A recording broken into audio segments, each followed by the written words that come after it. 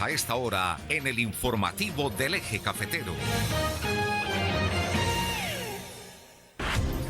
Estamos a través de Qué Buena 92.1 FM en el informativo del Eje Cafetero.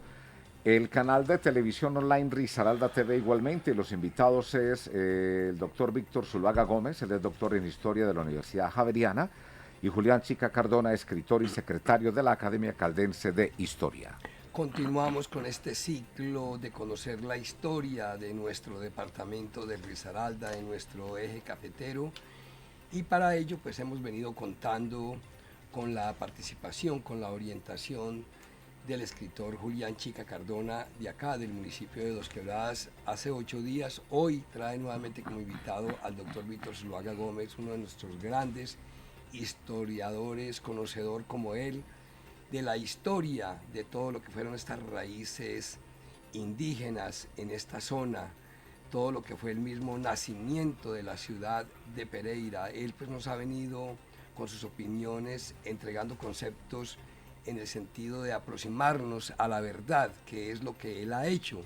Ha sido pues un gran investigador, porque son muchas las monografías, las historias que se construyen, que se dicen de nuestros ancestros, pero él que de manera juiciosa y que como nos lo contaba hace 8 días, hasta Sevilla, España, se desplazó a conocer la historia indígena de este país. Allí encontró información muy sustancial.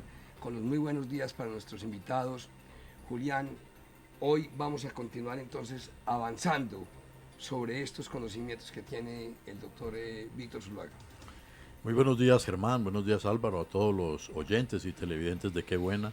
En efecto, la intención es contarle a todos los oyentes y televidentes que en la web pueden descargar una colección completa que ha facilitado el maestro Víctor Zuluaga sobre la historia en todos los tópicos que él ha investigado, y estamos hablando de alrededor de 32 títulos de descarga gratuita que invito a ustedes para que los descarguen, para que los conozcan, porque ahí de primera mano estamos viendo el resultado de todo un trabajo de fuentes de primera línea relacionados con el entender qué es lo que somos en el departamento de Risaralda.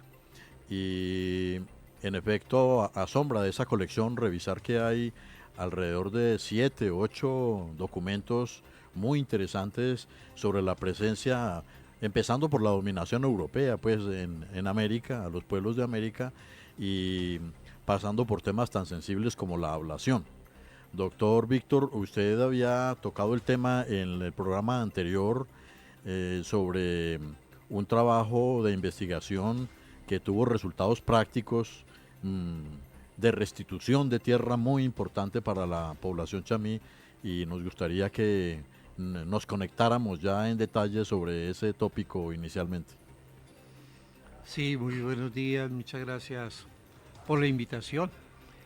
En efecto, habría que decir que 2 años después de haber llegado yo a vincularme con la Universidad Tecnológica, una estudiante me invitó para que visitáramos la zona indígena, cosa que efectivamente hice con algunos estudiantes, y fue pues bien complicada la situación porque el puente sobre el río Chamí se había caído y tuvimos que caminar, yo diría que más o menos 10 horas para poder llegar hasta Purembará.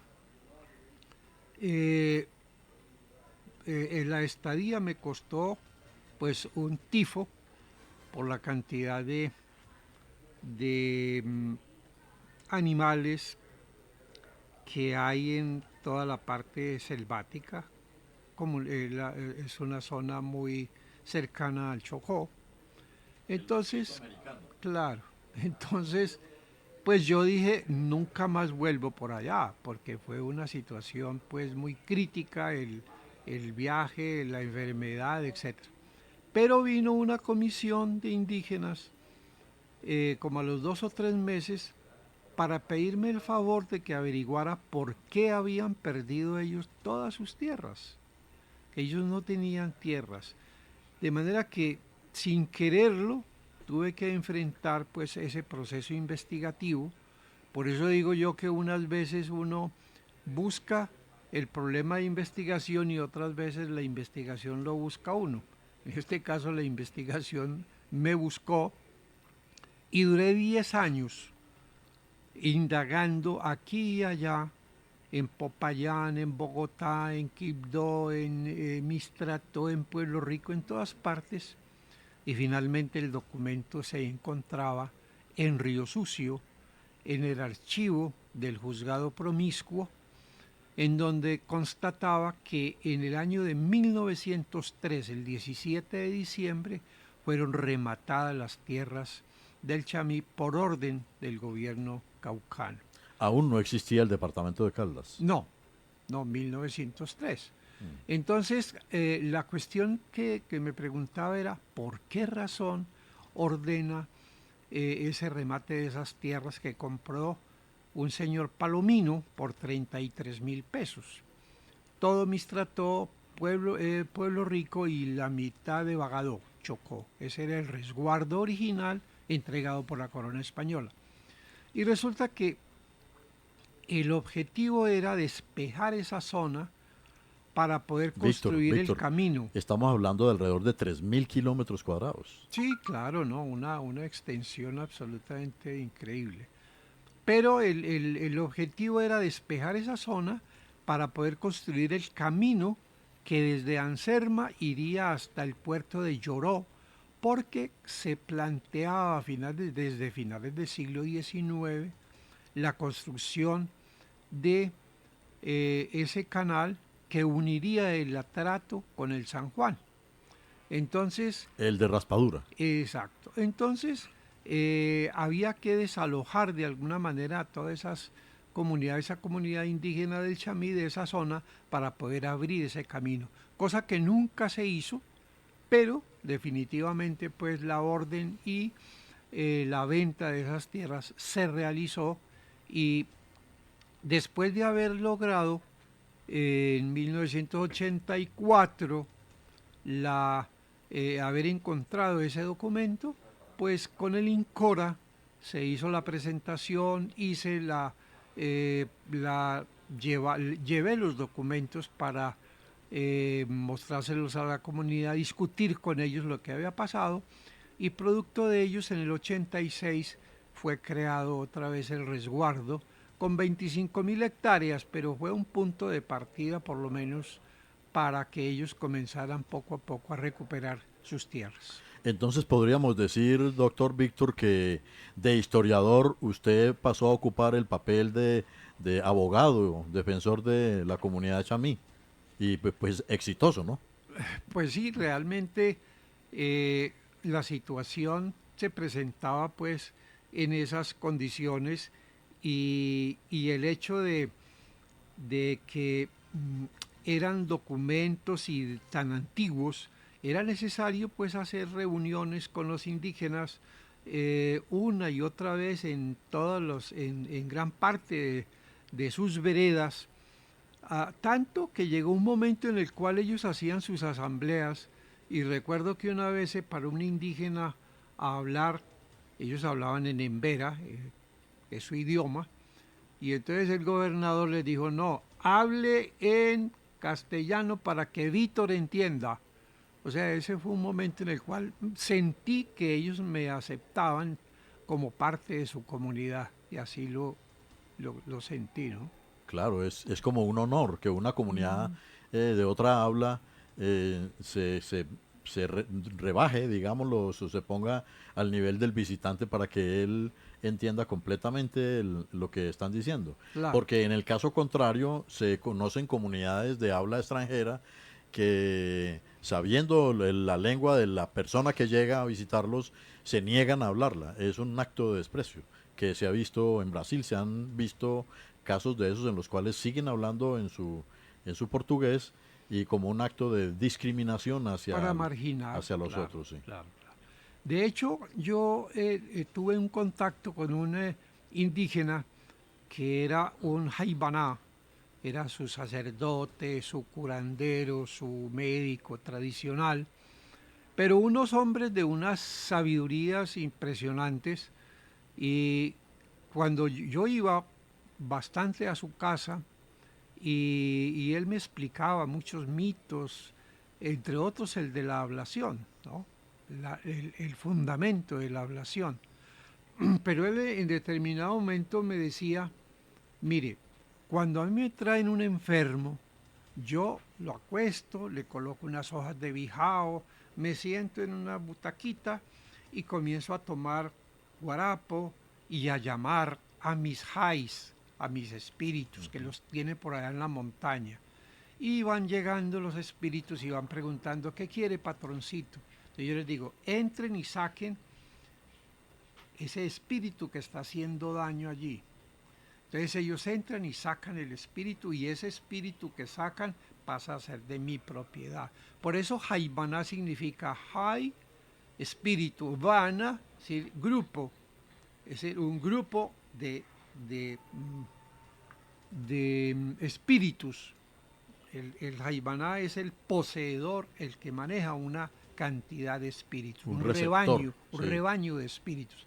Entonces me dice, y cuando ya lo sacan, esos daños que causaron esos espíritus o ese espíritu en esa persona, eso ya lo puede curar hasta un médico de universidad.